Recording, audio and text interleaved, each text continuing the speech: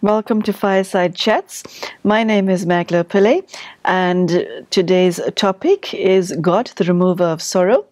We ask you during this series to take a good look into your heart and ask yourself questions such as, is your inner world balanced with your outer one? What is your relationship with God, if any? Do you have any connection to the divine? Are you happy with your life as it is, or is there something that you would like to change? Fireside Chats takes us into the core of spirituality. It gives us a fresh perspective on the balance between one's internal and external world. We also look at aspects of the self that we don't normally think about. And Sister Denise, who is our speaker for today, will share her insight and wisdom into today's topic, God, the remover of sorrow. Sister Denise has been practicing Rajyoga Meditation for over 40 years. Sister Denise, thank you so much for joining us. Thank you. It's a pleasure to have you with us. God, the remover of sorrow. There are many who believe that God is the one who gives sorrow and God is the one who creates sorrow, because when people find themselves in distressing situations, God tends to be blamed for them. I mean, it's commonplace to find a clause in an insurance policy contract that describes a disaster as an act of God. So God has achieved or earned, shall I say, quite a bad reputation from humanity. Let us start there. Does God create any sorrow within humanity? What happens is that God knows what creates happiness and what creates sorrow, but people don't know. People think that either everything is random or everything is some sort of a puppet show and God is pulling all the strings, and that if you, the puppet, are experiencing something bad, it's because of the string pulling on behalf of God. So all of these attributes that are ascribed to God are people who have assumed or made up that God is like this and God is like that. But actually, a lot of it is, in a court of law, it would be slanderous. But a time has to come when God has to say, look, this is me. This is who I am, this is what I do, this is what I don't do. So now you have to come to terms with that. So in terms of the natural calamities that are called acts of God, I think nowadays more and more insurance companies are beginning to talk about acts of nature or calamities, natural calamities, something like this. So they just say, well, we're not going to insure you against any natural calamities, because I think too many people must have said, look, bringing in the religious aspect into an insurance policy is not suitable. But still, there are a lot of people who speak about acts of God. Because if you look at the scriptures, a lot of these, thunders and lightning and, miracles and disasters and all of that are seen in terms of this is God doing it. And of course, it goes back to a pre-monotheistic approach where they talk of the gods. And, Thor, the god of thunder, is the one who creates thunderstorms. And in India, you have Indra, which is similar to Thor, the god of rain, who, of course, brings some thunderbolts as well. So I think that some of that mythology is still going on in people's minds. And then they mix that up with superstition and blind faith and an unwillingness to take responsibility for the consequences of their actions, which occur in time periods that extend beyond the length of one lifetime. If something happens to you and you can see the cause and effect is right in front of you, you eat contaminated food, you get sick very quickly, you can see cause and effect. You're not going to blame God for it because you can see it. But when the connection is more tenuous, that's when you tend to blame God. Another thing that we have in the sort of conventional morality in the culture that we live in, if people say, don't give sorrow, but they don't say, don't take sorrow. Whereas God, who becomes the teacher, will say, don't take sorrow. It's in your hands whether or not you take sorrow. And it is not recommended to take sorrow, but rather make yourself as a detached observer, because do not give sorrow. Clearly, it would be a sin to give sorrow, but what people don't realize is that it's not less of a sin to take sorrow. So then people will say, well, how can I not take sorrow if someone's giving it to me? And God would say, well, yeah, you have the possibility to not take it. You can be a detached observer. Don't internalize it, don't take it in, because it will contaminate you, and that is in your hands. So God as the teacher, God as the one who knows the laws of spirituality, the laws of karma, will say very clearly, which is not new, if you do good action, if you do charitable action, you will experience happiness, you will benefit, you will profit. Conversely, if you do a bad action, you will get sorrow. God is not required to give happiness or sorrow. It's an automatic consequence of the laws of action and reaction. Sister Denise, can I stop you there? As human beings, are we aware of what we are doing wrong that is causing our own sorrow? To some extent, yes, where the conventional morality coincides with the laws of spirituality, the laws of karma, but there are also areas where it doesn't coincide. In the question of not taking sorrow, it doesn't coincide. And so a lot of people are taking a lot of sorrow, bringing harm to themselves unknowingly. But I think that the law of karma also has a component which says, okay, if you don't know, that's not an excuse. You will anyway experience sorrow just because of your ignorance. But if you knowingly take sorrow when you know that you aren't to take sorrow, you're going to get a lot more sorrow. You know, knowingly going against the law or unknowingly going against the law, there are different consequences. Okay, so what you're basically saying is that the pain that we as human beings experience is self-inflicted? To a large extent, yes. Oh, that is, that's a bitter pill to swallow, Sister Denise.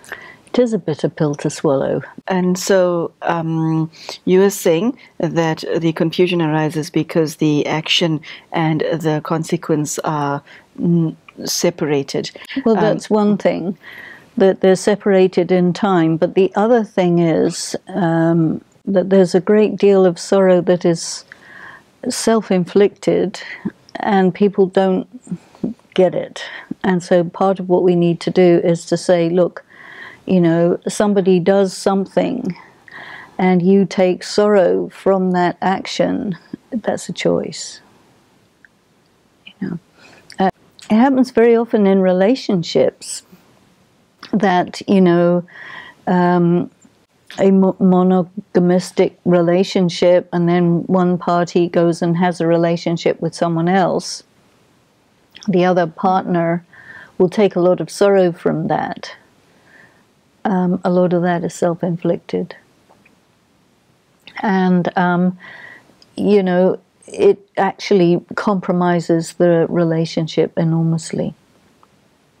So in order to move out of self-inflicted sorrow, you have to really sit down and think, you know, how much of your sorrow is because of the way you think about something that happened.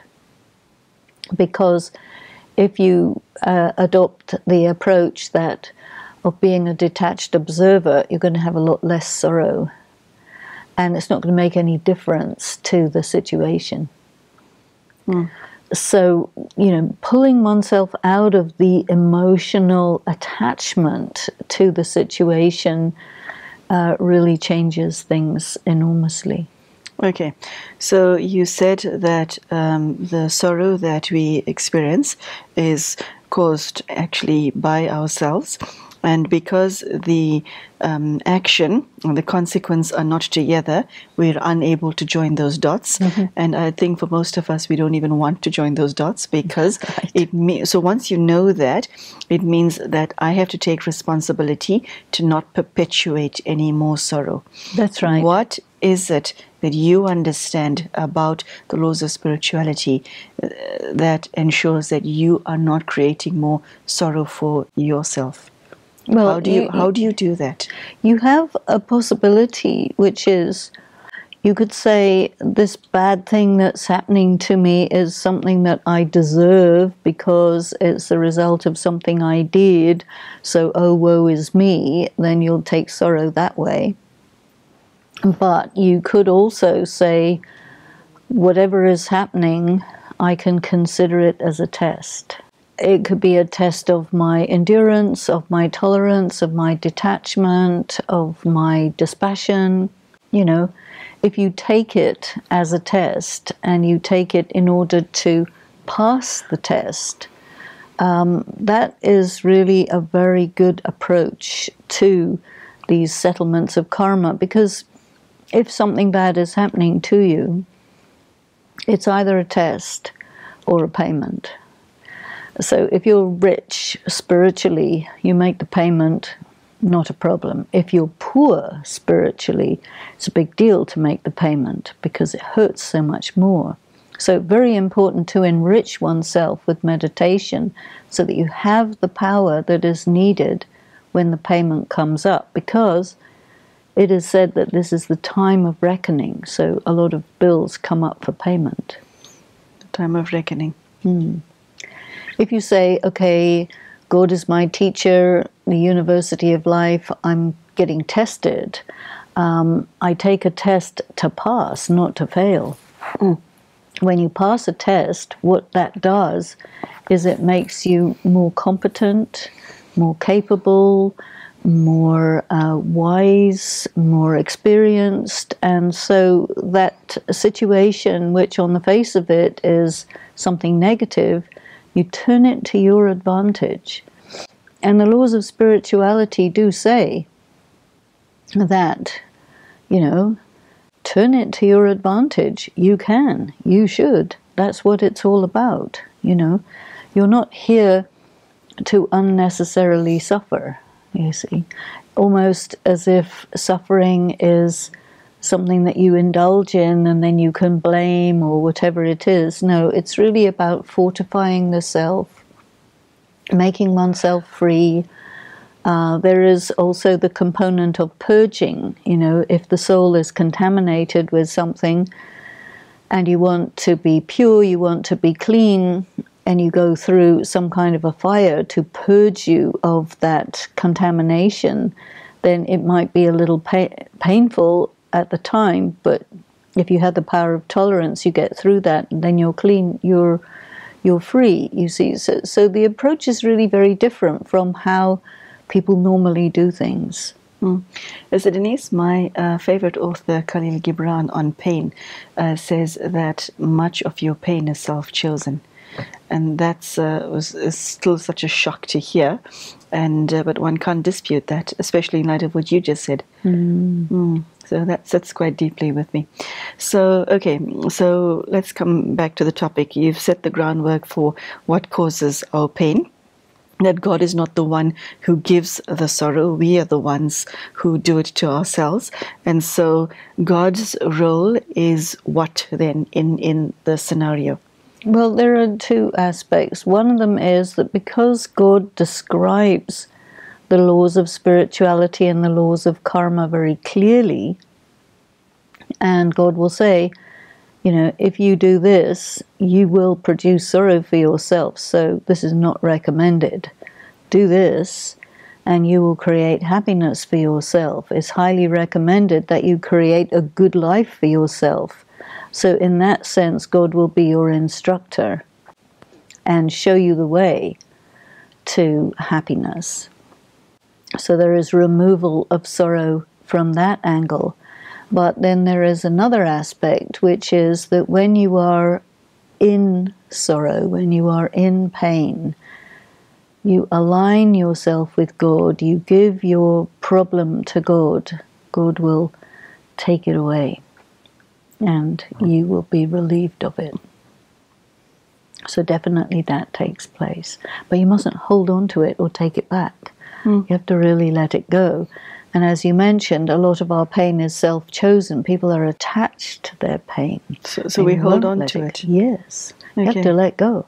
Yeah, that's actually quite bizarre to know that we have the option to let go of pain, but we actually have a vice grip on our own pain and then complain that we have pain. So it's for many people, it's not, is it the pain is it the fact that you're holding on to the pain, or is the pain holding on to you? Well, the pain is familiar territory, and you'd rather be in familiar pain than unfamiliar painlessness. Better the devil you know than the devil you don't know. It's painful even to listen to. So, Sister Denise, God then teaches one the law of spirituality, but we all carry not just current pain, we all carry future pain. We all carry a reservoir of pain that's walking with us wherever we go. It's like a rucksack, isn't it? So how does God feature into that equation? Well, I don't know if we carry future pain. We definitely carry past pain that comes with us. By future pain, I mean a pain that will unfold in the future. Yes, okay, of course. Sorry. My words are No, not that's correct. okay. Yeah. There may be some pain that comes in the future, but, you know, forewarned is forearmed. And so your attitude towards pain, you make pain a friend, you feel good about the settlement of your karma because you are becoming free, even though it may be a little painful. It's like when you go for an operation, it's going to be painful, but you have to have that operation, because if you don't, it's going to be a lot worse. So there is that side of it. And of course, as you develop your powers of tolerance and resilience and so on, you don't mind about pain so much.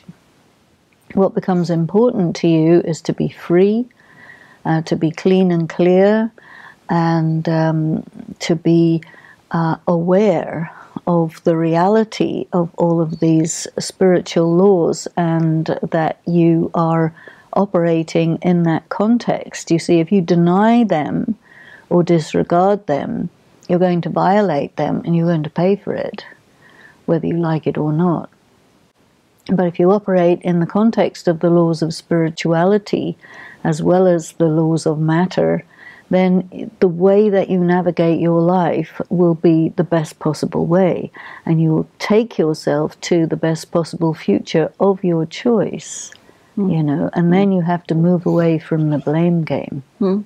Denise, what is it within God's personality that enables him to remove sorrow? How does he, in the first place, why does he want to do that? Okay, is this why? Okay, and secondly, how does he pull it off? Well, mostly it's because of love.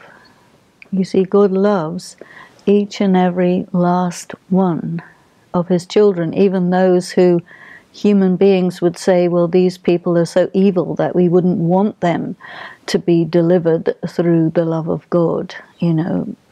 But God will say, no, why? These are my children. I will take every single last one to a state of peace and spiritual cleanliness. You know, this is love. And how does God pull it off? God is the purifier. And sorrow and pain is a sign of impurity. So God has this capacity, this vibration, this power to link with a human soul to a point where whatever is contaminated in that soul is removed through the light of God. So if God is willing to do that for me, how do I come to the party? What do I have to do for him to do that? Because he can do it, but he does do it only amongst certain people, doesn't he? Well, not really. God will do that for everyone. But the thing is... my question is, he can do it for everybody, but what does an individual have to do to ensure that you're one of the lot that he does it to and for? Well, you have to come down from the ego, number one. Okay. You have to put yourself in God's hands in humility, number two. And you have to follow the instructions, number three. You see, that means you have to collaborate and participate in the process of your own liberation, your own freeing. Mr. Denise, how does that conversation, how does that act occur, where you come down from your ego, listen to God's instructions, and align yourself? What is your internal process? Is it a conversation? Is it a lifestyle change? What does it entail? And on a practical level, I make a decision. I want God in my life. I want to experience little or no sorrow in my future. I want to take care of the spirit, not just the external. I want to take care of the internal. Take me from there to where I'm standing in front of God. Well, first of all, you have to give up your identity as a physical body.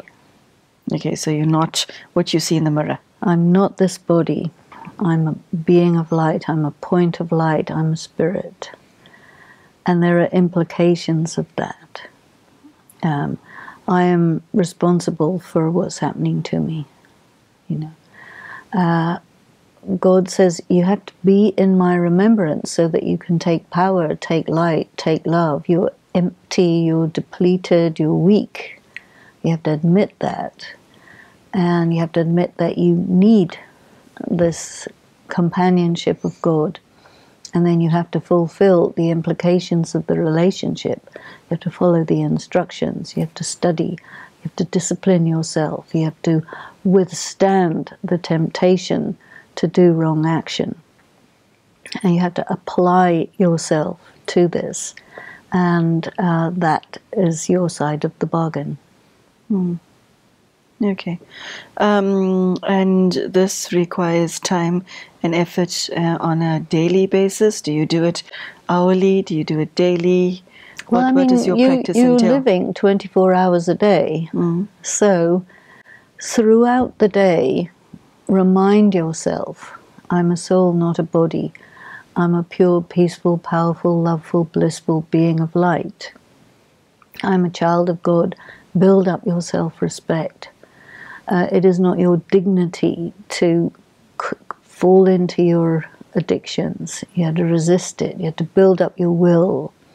You have to listen to your conscience. You have to study. You have to meditate. Just try to get into that rhythm and gradually get stronger in it. This is what you have to do. Okay. You want to share any last words before we bring today's subject to a close? Well, I think it's very important to make sure that your relationship with God is that you really desist from blaming God for your problems, or blaming God for the problems of the world, and really understand that God is your friend, God is your teacher, God is your companion, your helper, your support, you know, and start to create that relationship and work on that relationship. Write letters to God. In your non-dominant hand, write letters back from God to you. You'd be surprised what comes back to you. Why the non-dominant hand? The non-dominant hand, if you're right-handed, that's, you know, the you that you know. The non-dominant hand means you're more connected with your intuitive part. And so then that kind of message of God is more able to come through that way. It's very interesting. Okay, thank you. Thank you so much for sharing that. So, Sister Denise, thank you very much for your time and energy today. This talk was extremely insightful, and I hope the viewers have found it to be as in-depth and as beneficial to their lives as I have. So thank you.